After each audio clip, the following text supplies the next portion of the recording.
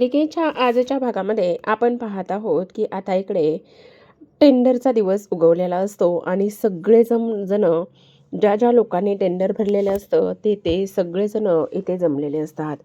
आता आपण पाहतो की इकडे जे आदित्यचे बॉस असतात ते म्हणत असतात, आदित्य, एकदा का हे टेंडर आपल्याला मिळू दे.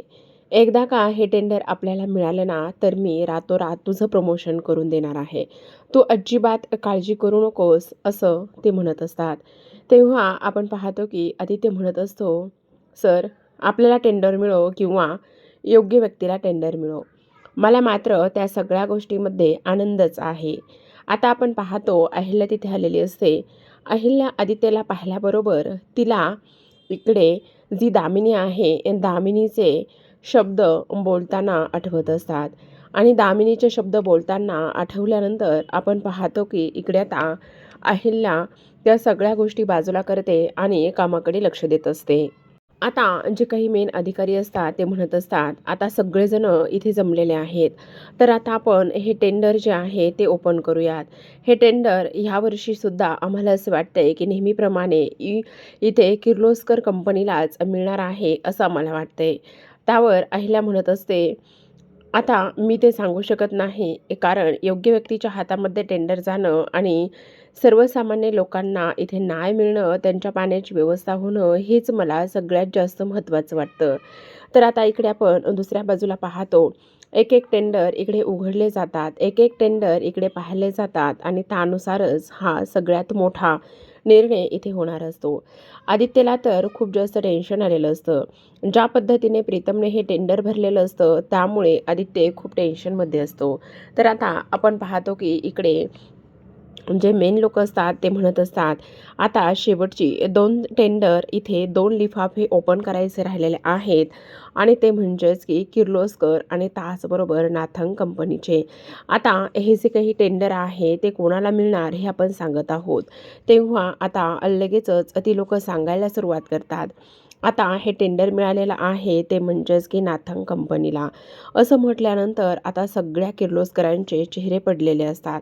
आदित्यला सुद्धा टेन्शन तर आलेलंच असतं. आदित्यला असं वाटतसुद्धा नव्हतं की हे टेंडर जे आहे ते त्याला भेटेल म्हणून.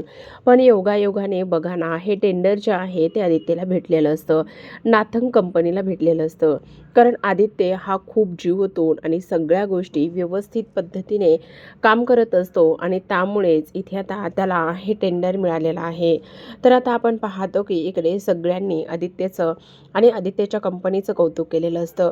पहिल्यांदा इतिहासामध्ये असं झालेलं असतं की इकडे किर्लोस्करांना सोडून हे जे काही टेंडर आहे ते दुसऱ्या कोण्यातरी कंपनीला मिळालं आहे, हे पहिल्यांदाच झालेलं आहे. त्यामुळे सगळ्यांना मात्र इथे शॉक लागल्यासारखंच सगळेजण अक्षरशः बोलत असतात आणि करत असतात.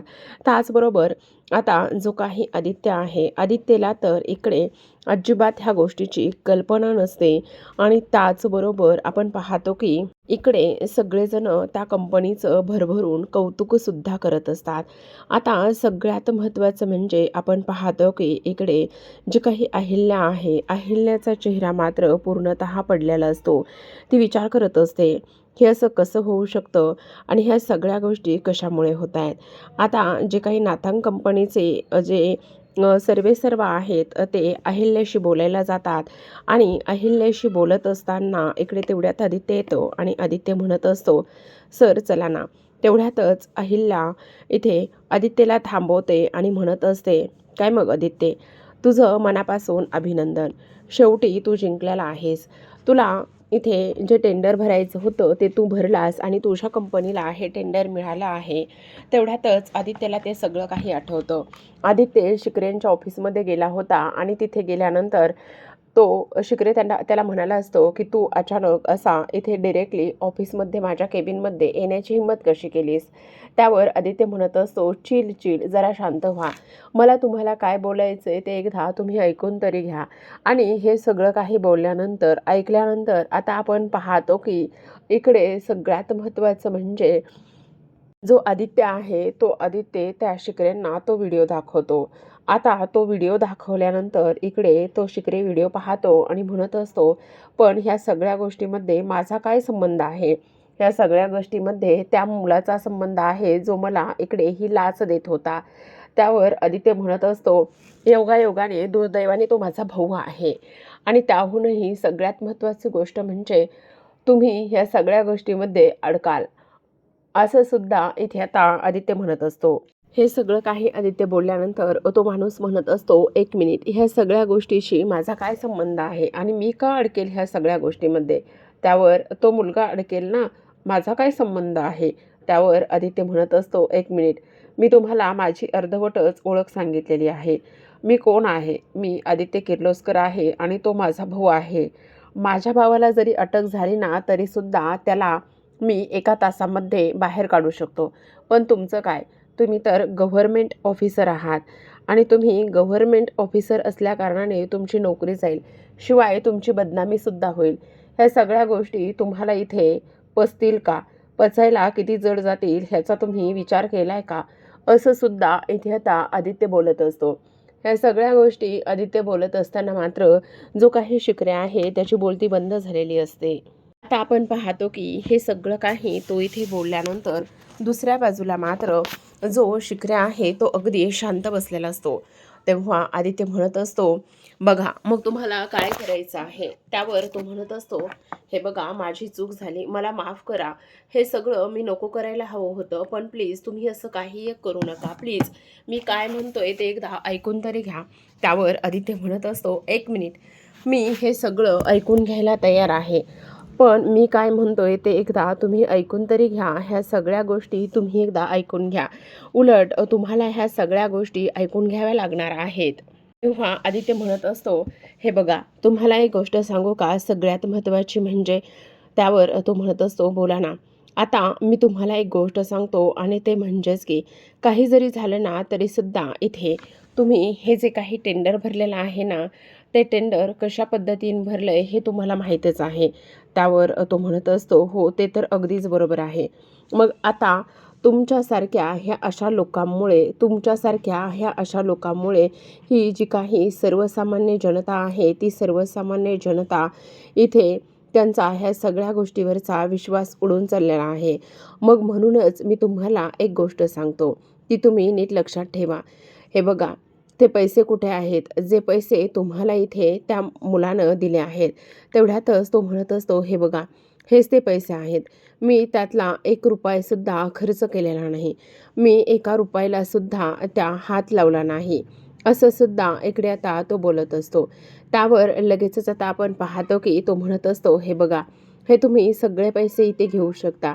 मी एकाही पैशाला हात लावला नाही. असं सुद्धा इकडे आता तो बोलत असतो.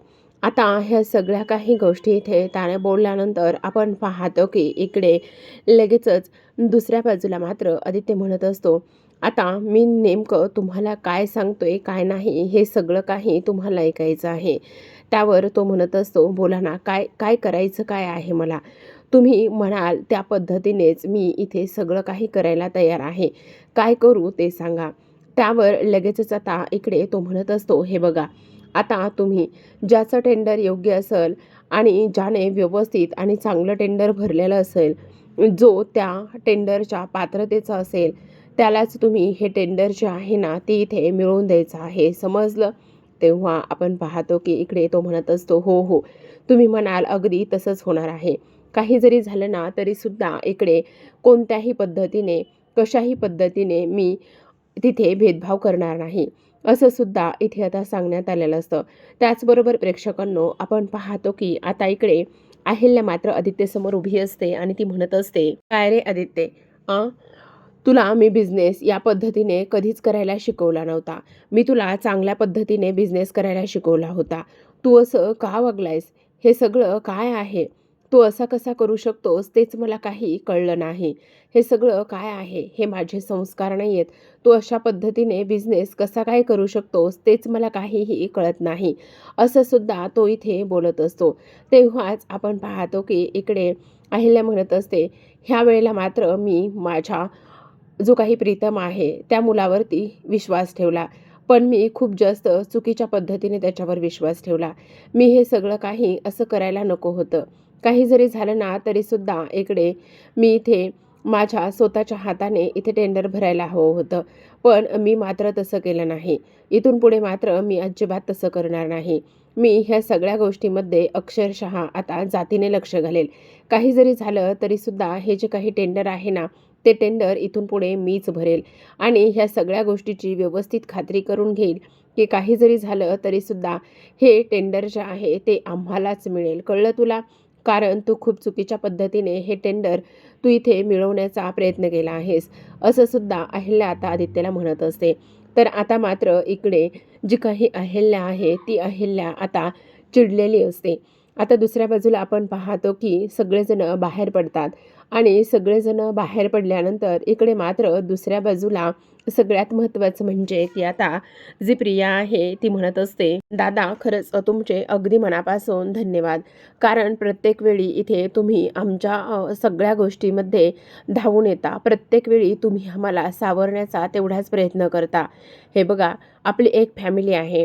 पण आई मात्र तुमच्यावर पुन्हा एकदा चिडलेल्या आहेत. हे सगळं असं व्हायला नको होतं दादा. असं हे सगळं ह्या पद्धतीने झालंय ना, त्यामुळे मला टेन्शन आलेलं आहे. आदित्य म्हणत असतो, तू अजिबात काळजी करू नकोस. होईल सगळं काही व्यवस्थित. काळजी करण्याची काही गरज नाही. असं सुद्धा तो इथे बोलत असतो. त्याचबरोबर आपण पाहतो की प्रीतम म्हणत असतो, हो दादा ते तर खरंय. पण प्रीतम तुला एक गोष्ट सांगू का?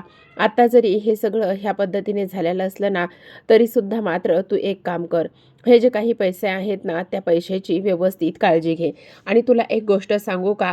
हे जे काही पैसे आहेत ना, ते पैसे मात्र इथे आईच्या खूप कष्टाचे आहेत. त्यामुळे तुला एक काम करायचं आहे. हे पैसे कुठेही कसेही वायाला जाऊ देऊ नकोस. तेव्हाच आता आपण पाहतो की इकडे जो काही आपला प्रीतम आहे तो म्हणत असतो, दादा तू काळजी करू नकोस. हे पैसे आता मी काही जरी झालं ना तरीसुद्धा एखाद्या चांगल्या देवस्थानालाच देणार आहे. काही जरी झालं तरीसुद्धा हे पैसे मी इथे देवस्थानालाच देणार आहे. असं सुद्धा तो इथे बोलत असतो. आणि दादा पण एक मात्र गोष्ट नक्की आहे. आई लवकरात लवकर तुझ्या बाजूने विचार करेल आणि आपलं नातं पुन्हा एकदा पूर्वीसारखं होईल, हेच मला सुद्धा वाटत आहे. असं सुद्धा आता इकडे तो बोलतो. आणि चल मी आता निघतो असं म्हणून तो तिथून निघून जात असतो. आता इथे दुसऱ्या बाजूला आपण पाहतो अहिल्या त्याचबरोबर सगळेजण हॉलमध्ये बसलेले असतात. आदित्य तिथे आलेला असतो. आदित्यची मात्र वेगळीच धावपळ सुरू असते. प्रिया विचारत असते, काय झालंय? तुम्ही असे सगळीकडं का बरं फेऱ्या मारताय? सगळं काही ठीक आहे ना? काय चाललंय काय नेमकं? काही सांगणार आहात की नाही तुम्ही? त्यावर आदित्य म्हणत असतो, मला ना खरंच खूप जास्त उशीर झालाय. मला खूप लेट झालंय. हो, हो, हो. पण कसलं लेट झालंय? कशाबद्दल बोलताय तुम्ही? काही सांगणार आहात की नाही? त्यावर लगेच आता तो म्हणत असतो, त्याचं काय आहे ना, मला ना इकडे पारूला घेण्यासाठी जायचं होतं. पण मला खूप उशीर झालाय. माझा मोबाईलसुद्धा स्विच ऑफ झालेला आहे. मी पटकन तिला घ्यायला जातोय. तर आता आपण पाहतो की इकडे श्रीकांत मात्र पारूला घेऊन आलेले असतात. आता श्रीकांत पारूला घेऊन आल्यानंतर आपण पाहतो की इकडे आदित्य म्हणत असतो, बाबा तुम्ही? म्हणजे तुम्ही पारूला घ्यायला गेला होतात? त्यावर श्रीकांत म्हणत असतो, अरे हो मी पारूला घ्यायला गेलो होतो. त्याचं काय आहे ना, ती तुला फोन करत होती आणि फोन करत असताना तुझा मोबाईल मात्र बंद होता. मग बिचारी कोणाबरोबर येणार? मग तिने मला फोन केला आणि म्हणून मी तिला घ्यायला गेलो. इकडे दिशा त्याच गोष्टीचा बाऊ करत असते. ती म्हणत असते, काय चाललंय काय ह्या घरामध्ये? आता जे काही इथे मोठे माणसं आहेत किंवा जे इथे मालक माणसं आहेत ते नोकरांच्या बॅगा उचलणार का? काय बोलायचं काय ह्या सगळ्या गोष्टीला? मला तर काहीच कळत नाही. हे सगळं आपल्या बाबतीतच होतंय का आणखी कोणाच्या बाबतीत होतंय हेच मला कळत नाही. त्यावर पारू मात्र इग्नोर करते आणि सरळ सरळ इकडे प्रियाकडे जाते. खरं तर आदित्यला तिच्याशी बोलायचं असतं, पण आता आदित्यला पारू काहीही बोलत नाही. काहीही न बोलल्यामुळे ती सरळ इकडे आपल्या दिशाकडे जाते आणि दिशाला म्हणत असते, खरं तर मला तुम्हा सर्वांची खूप जास्त आठवण येत होती. मी तुम्हाला सगळ्यांना खूप मिस केलेला आहे. मला तर काय करावं आणि काय नाही ह्याच गोष्टी कळत नव्हत्या. त्यावर लगेच आता दामिनी म्हणत असते, अगं ये पारू, तू तिकडे फिरायला गेली होतीस का अभ्यास एक्झाम द्यायला गेली होतीस? कुठे गेली होतीस गं? तेव्हा ती म्हणते, असं काय करताय? मी एक्झामसाठीच गेले होते. हो, तू एक्झामसाठी गेली होतीस असं तर अजिबात वाटत नाहीये. मग एवढ्या सगळ्या बॅग्स तू भरल्यास? प्रिया म्हणत असते, अगं पण मला एक गोष्ट सांग, तुझा पेपर कसा गेला? हो, हो, हो. माझा पेपर खूपच छान गेलेला आहे आणि खूप सोपासुद्धा गेला. मला सगळ्या गोष्टी व्यवस्थित आल्या, असं ती इथे सांगत असते. त्यावर लगेच आता आपण पाहतो, की हे सगळं काही ती सांगत असताना इकडे मात्र जी काही दामिनी आहे, दामिनीला मात्र खूपच राग येत असतो.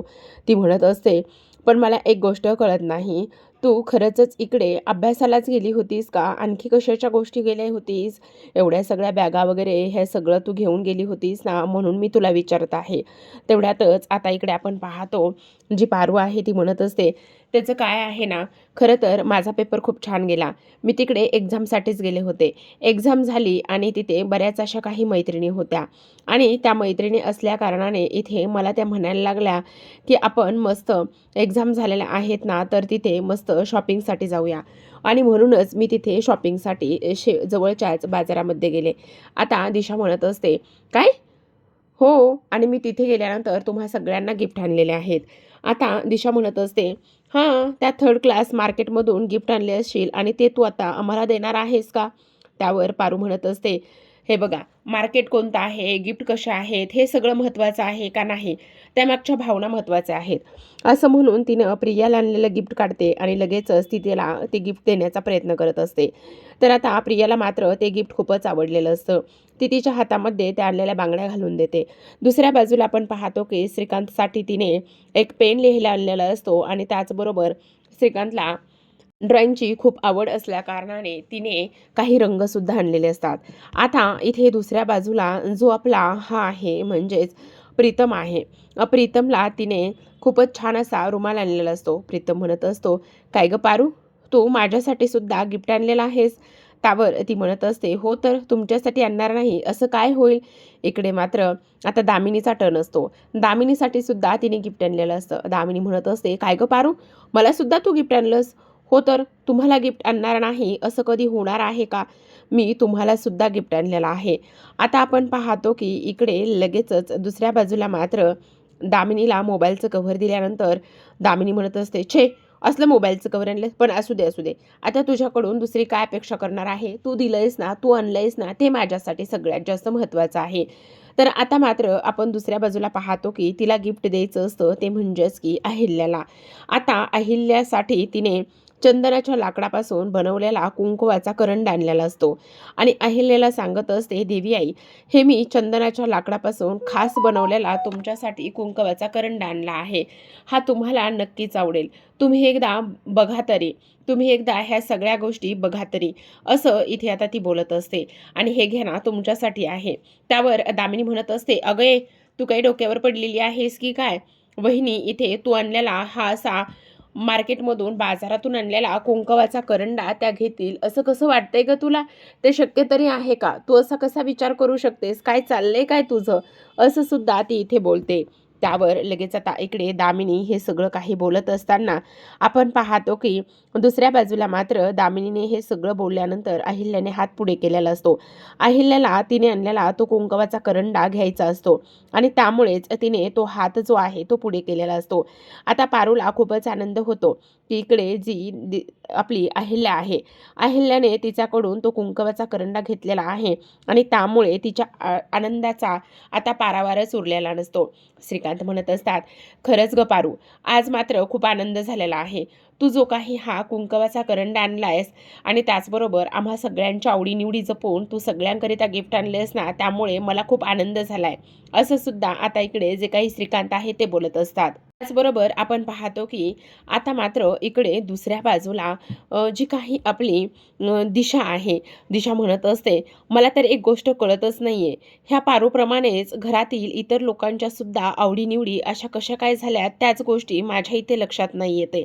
कारण प्रत्येकाला इथे ही थर्ड क्लास मुलगी म्हणजे कधीतरी हिचा रागराग करतायत, कधीतरी हिला जवळ करतायत, कधीतरी तिची बाजू घेऊन बोलतायत. हे सगळं काय आहे ना, ह्याच गोष्टी मला कळत नाहीत. नेमकं हे घरातले लोकं असे कसे वागतायत ना, ते सुद्धा मला कळत नाही. नेमकं ह्या घरातल्या लोकांचं काय चाललंय, काय नाही, हे सुद्धा मला इथे कळत नाही."